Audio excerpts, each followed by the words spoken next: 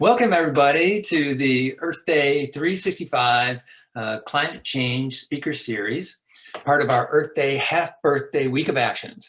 I want to thank our sponsors, Centene, Subaru, Missouri American Water, the City of St. Louis, Metro Lighting, MSD Project Clear, which is the Metropolitan Sewer District, Solid Waste Management District, and Missouri Department of Natural Resources, and Great Rivers Greenway. Without their generous support, we could not have put together this week of Earth Day, Half Birthday Week of Action. If you missed it, Thursday was a very successful green curbside hop in the Green Dining District of Maplewood, celebrating our Green Dining Alliance certified restaurants. And we also organized 3 neighborhood cleanups this weekend, sponsored by Subaru.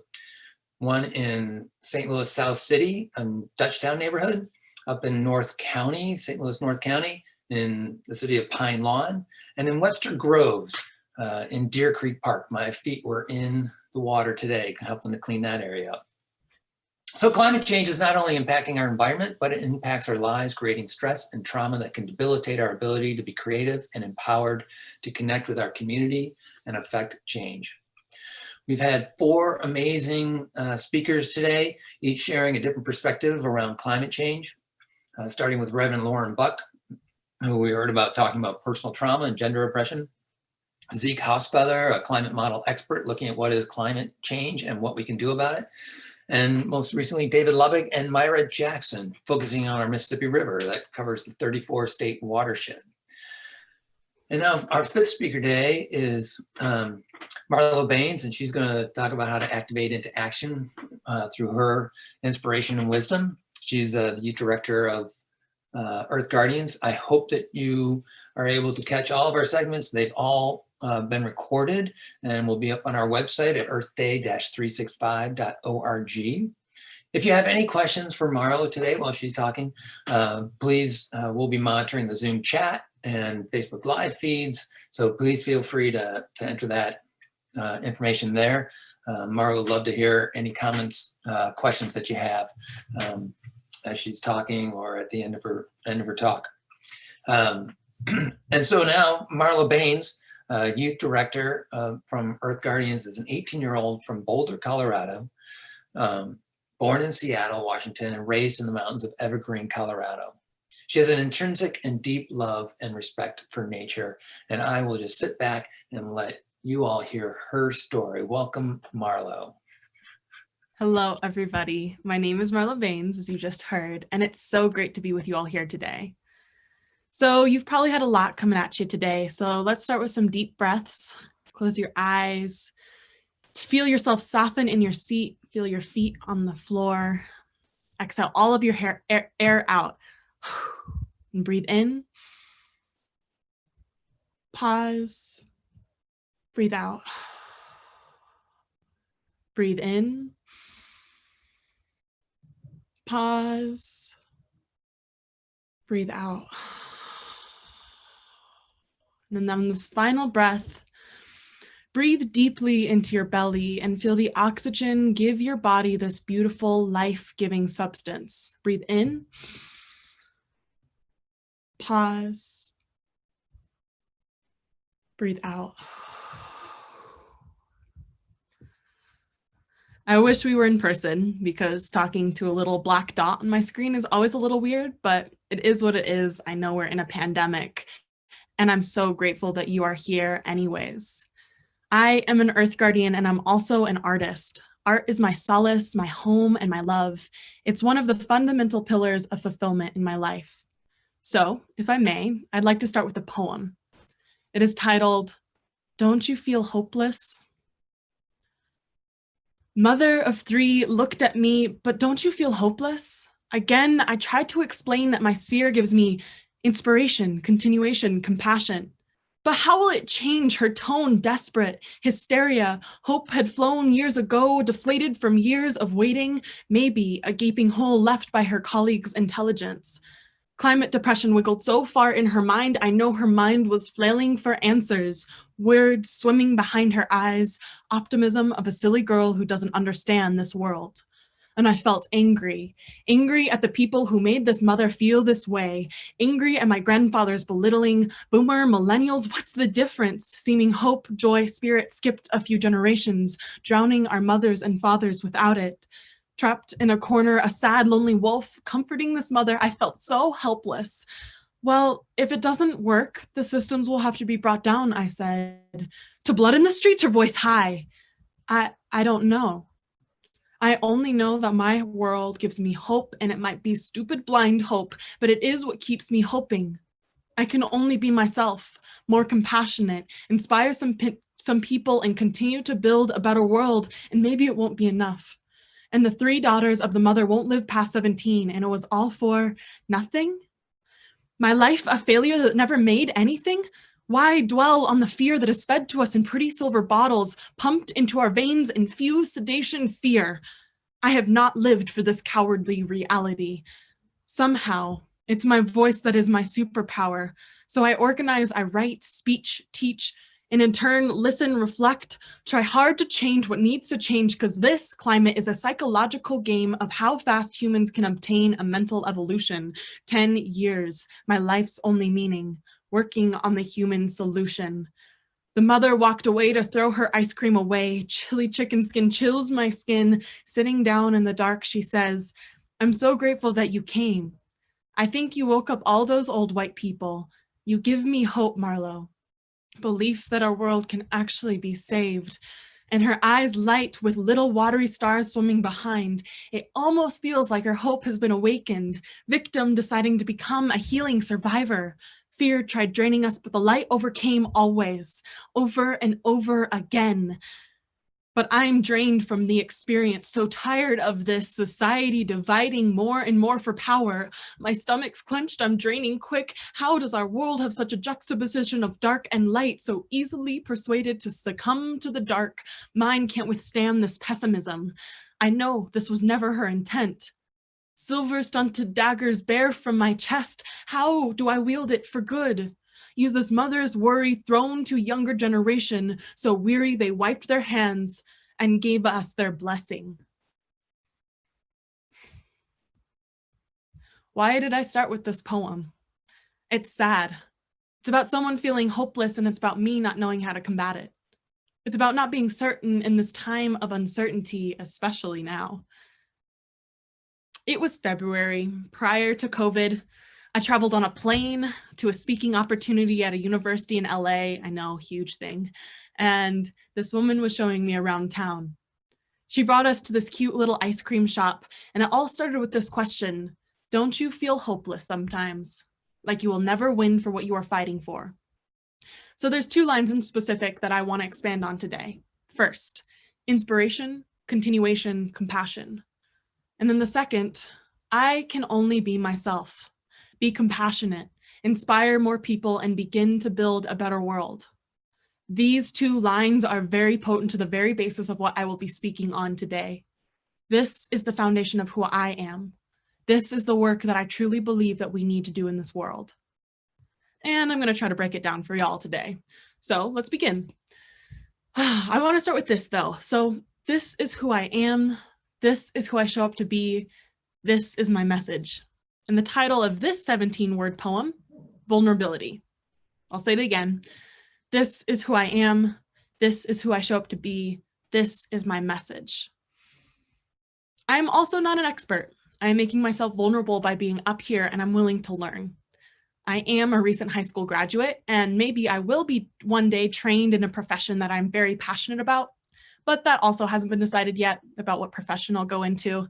I'm also a white woman of European descent, and therefore I have benefited off of systems of oppression that have been built to hold people back who do not look like me, like capitalism and colonization. Now, let's set a container for where my story takes place with some cold, hard facts coming at you from 2013, when I lived through my first superstorm in Boulder, Colorado in the US. First, what is climate change? Climate change describes a change in average weather conditions over time. We directly experience these changes in average weather fluctuations, temperature fluctuations, and an increased frequency of natural disasters. Since 2013, when I had my first direct experience with climate change, the frequency and intensity of these natural disasters has increased. This includes major flooding, hurricanes, and in some cases, man-made earthquakes caused by fracking injection wells and wildfires. To diverge a second, actually yesterday, my home was affected by a ravaging wildfire.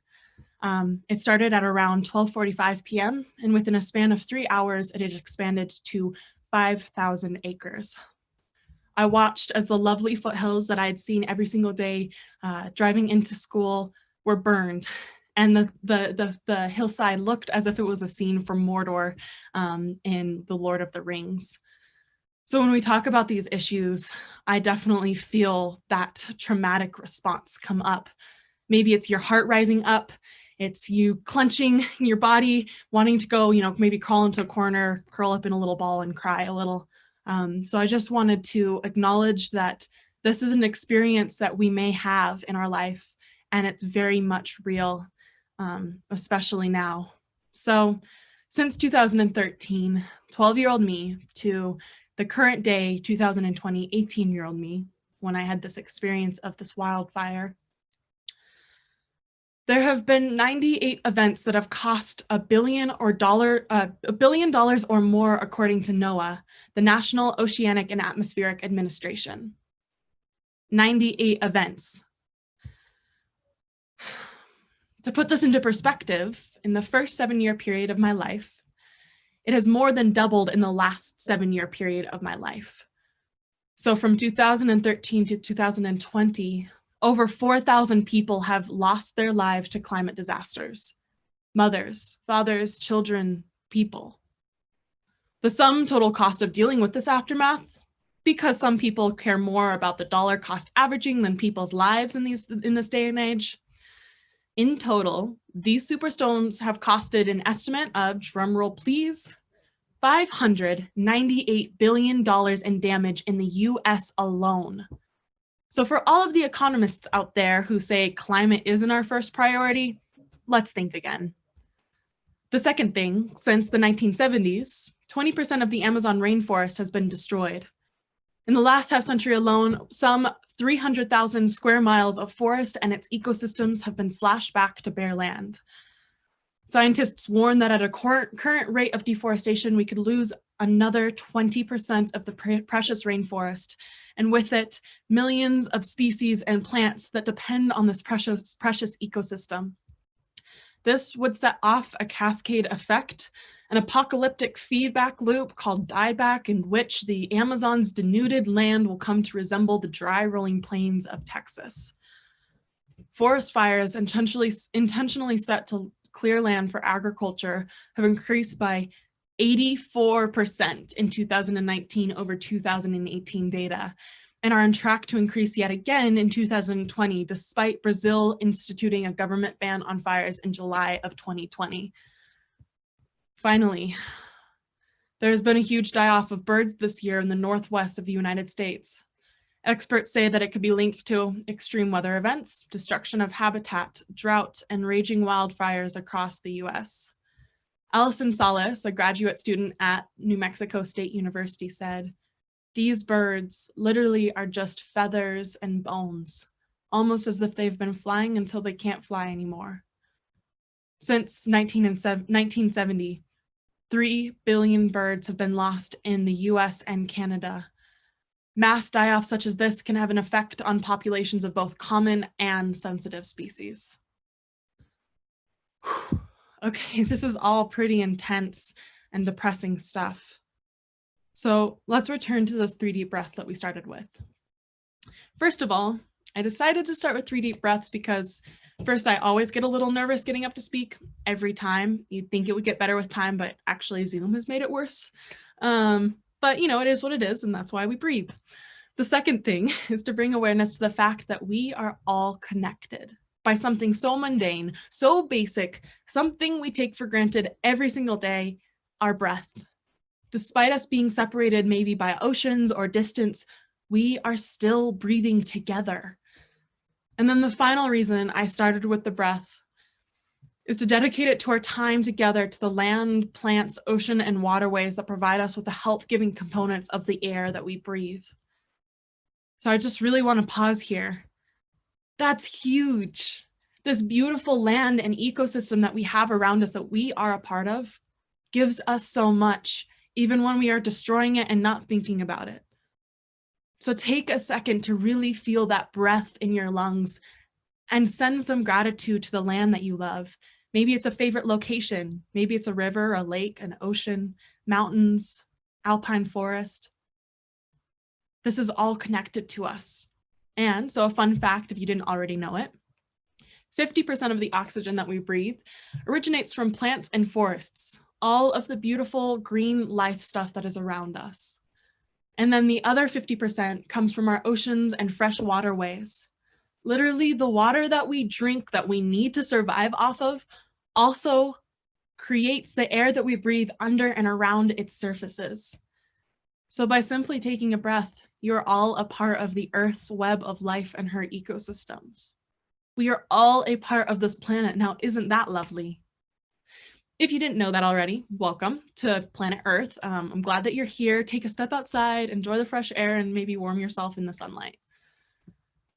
So I'm here today to talk to you about this, our connection and community and the vulnerability of showing up authentically, about compassion, inspiration, joy, fulfillment, and how they all lead back to the solution in creating a more equitable and regenerative world.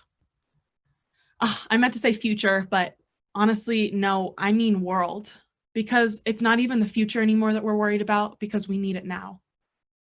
I've all come to these conclusions in my work with Earth Guardians. My journey began at Standing Rock, North Dakota, when I went to the reservation to support the Lakota, Dakota, and Nakota people in their stand against the Dakota Access Pipeline in 2016. I was 14, a little baby in this big wide world, and boom, here I was exposed to this powerful people power movement.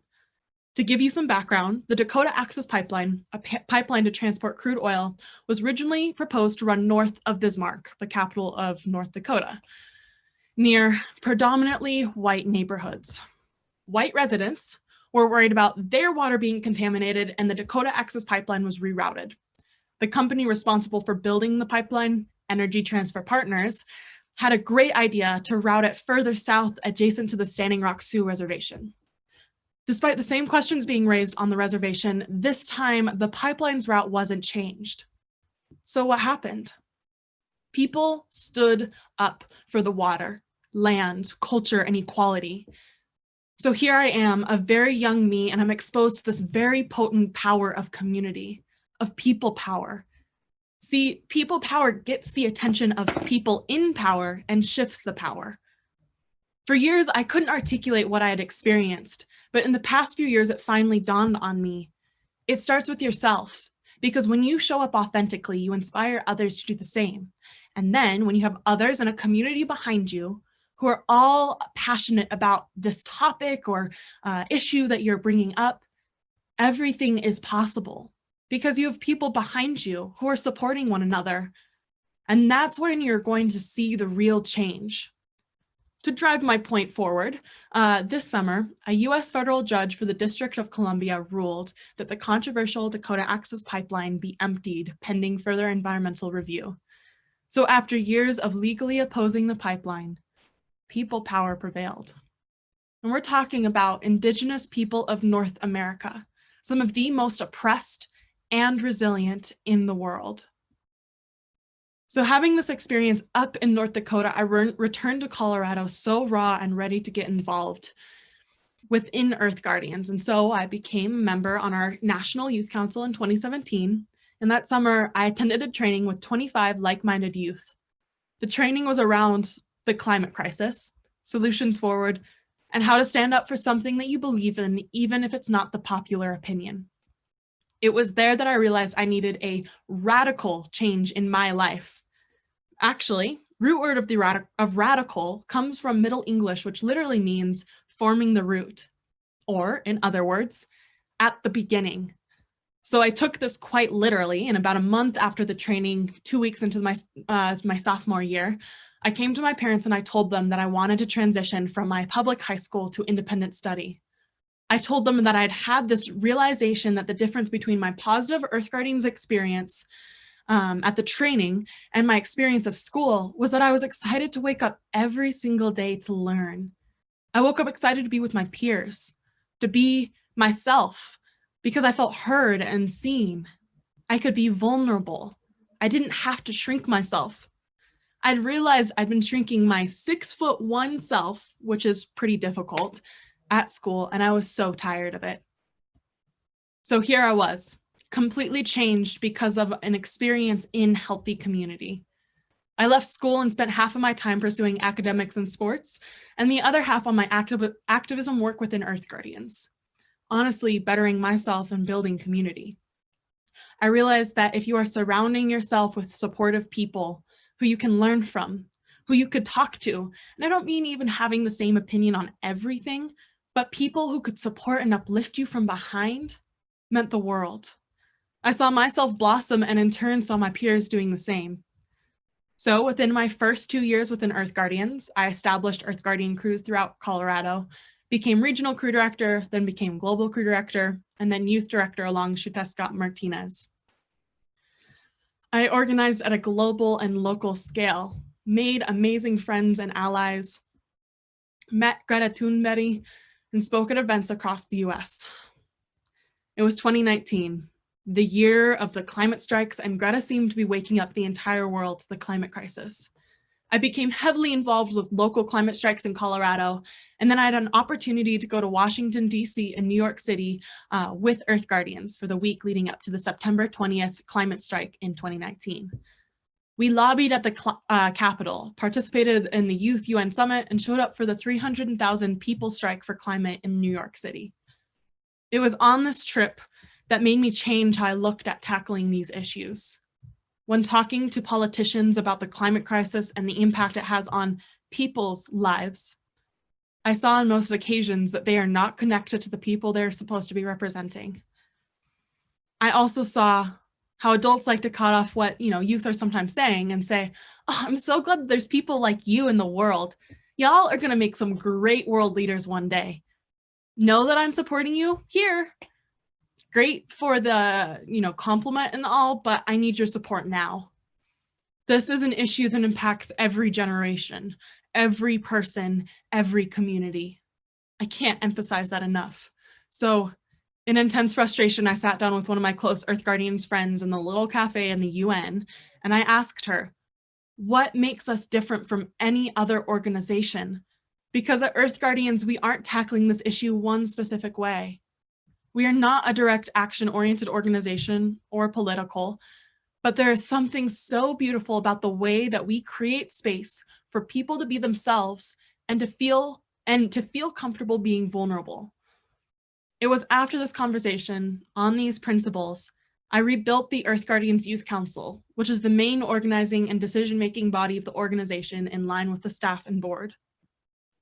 In watching our youth council organize, advocate speech through pandemics, school, depression, loss, finals, evacuations, and so much more, I think I finally have an answer for the young mother's question, don't you feel like giving up? Like you will never win for what you are fighting for? The answer is, as youth, we are not afraid. We will not give up. We realize that this issue needs to be tackled in a multidimensional, multi-generational way. It starts with your breath. It starts with beginning to build a more regenerative and equitable world in your everyday decisions. This is what the youth are bringing forward. So as stupidly simple as it sounds, it starts with your own personal work, with compassion, vulnerability, inspiration, and continuation. Because when you bring these principles to the table, we can knit together our experiences, expertise, solutions, and willingness to change. And then we can create a more regenerative, compassionate, vulnerable, supportive, equitable, and just world. Now that is the world that I want to live in. I believe that one day, the conversation won't be about mass extinction because we've realized that our animal allies are dying. And if they are, so are we. If our coral reefs are disappearing, so is our home, our resources, and so are we. When we return to the breath, we allow our minds to still and to remembering that our breath, we are all connected. We are all a part of this beautiful ecosystem of planet Earth. And then with our very living breath, bringing your work and understanding, bringing your vulnerability, community, connection, compassion, equity into your conversations at home, work, in your community with your friends, and be willing to stand up for what is right, even if it isn't the popular opinion. Be willing to make yourself vulnerable, accept your mistakes, and learn from the others around you. Thank you all for listening to me. If you want to follow my work, you can follow me on Instagram at Marlow Baines. Or if you want to support me as a writer, you can always Venmo me at Marlow-Baines, or you can buy my poetry book at lulu.com by searching Little Black Book, A Young Activist's Love Story. I want to close with an excerpt from my poetry book, because as I said before, art is my solace in my home. And the excerpt comes from a poem called The Final Exposition.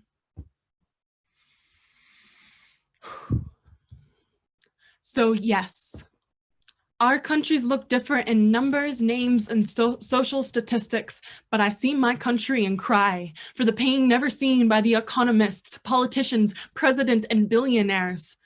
Yes, people are angry and turning words into action, called inspiration, handed as flowers to the girl who feels like giving up with her hoodie on in the back of an underpaid teacher's classroom. Systems are failing, and that means renovation. Stop being scared of death, because rebirth is part of a millennia-old system. I'm awakened by the sky color turned dark, born into light that turns into gold that showers the earth in a sigh of relief.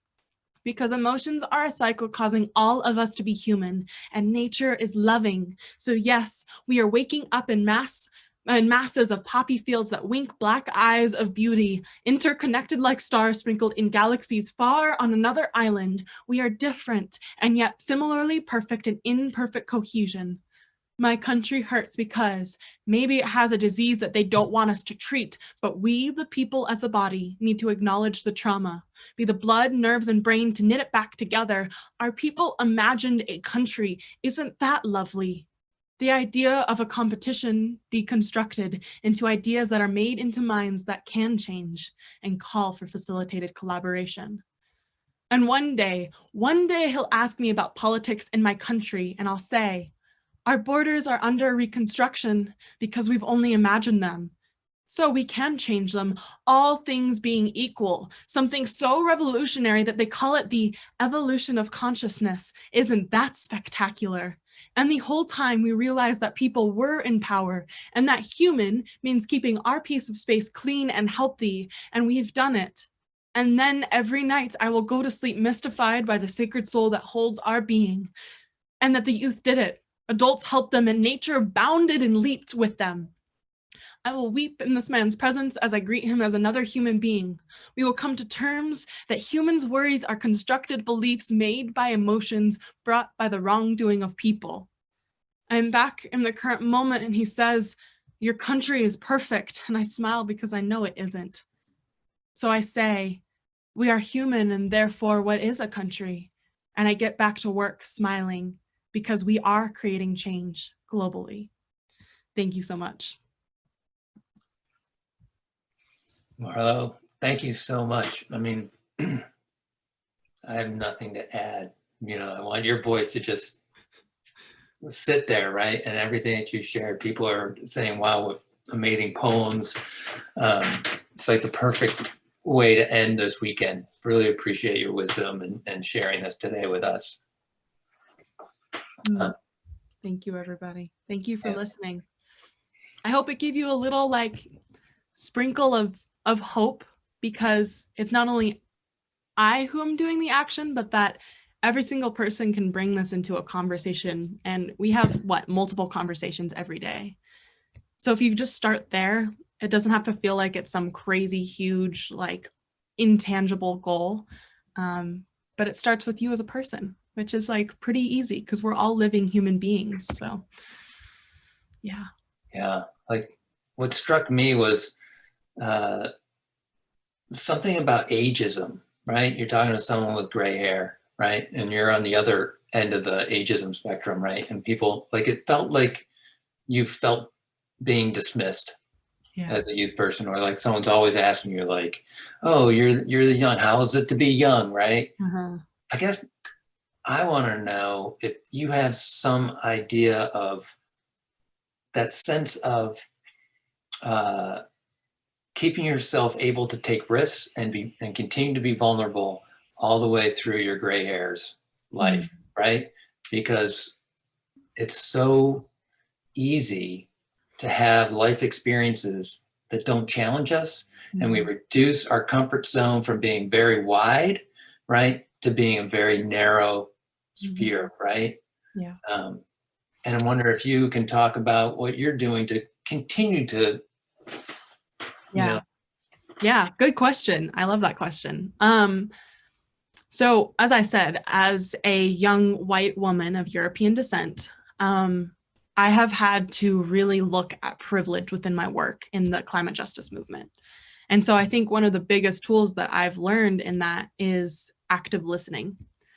And again, it's something that sounds so easy and we find ourselves not wanting to do it sometimes. But when I say active listening, I mean, when you're in a conversation with somebody and they may say something that may like stir you up, maybe it's like out of your comfort zone, all that stuff, just sit back, listen, don't respond, see what the emotions and, conversations and comments come up, and just witness them and learn from what the person is saying, see what you can take away from them. And then also look within yourself and say, what can I learn about my response? Is that from something they said, or is it because of a past experience that I've had that I want to defend myself?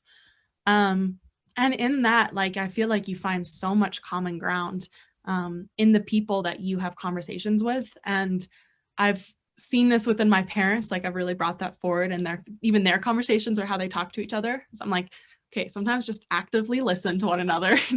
I know that you love each other. And so I've seen how it can shift, and we can do this intergenerationally, and it's something that we all have the capacity of doing. So. yeah, and such a great reminder to talk about showing up as our authentic selves, right? Figuring out who that authentic self is, Yeah. right? Showing up in this space such that we can create a community of people power to take effective action, right? Did I summarize that fairly well? You did perfect. Oh, thank you. Yeah. It's such a joy to have you here with us.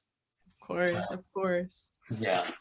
Well, what a great way to end our speaker series. I'm not seeing anything else coming up in the chat, so I think we'll end that here, although it's just been fantastic to be in your energy, Marlow Baines, with youth, the youth director at Earth Guardians. Thank you. Yeah. Stay healthy, stay happy. I know that this climate crisis can be so, it can be so detrimental and hard on our bodies and ourselves, our mental state. So remember to laugh, remember to take rest when you feel like you're not functioning.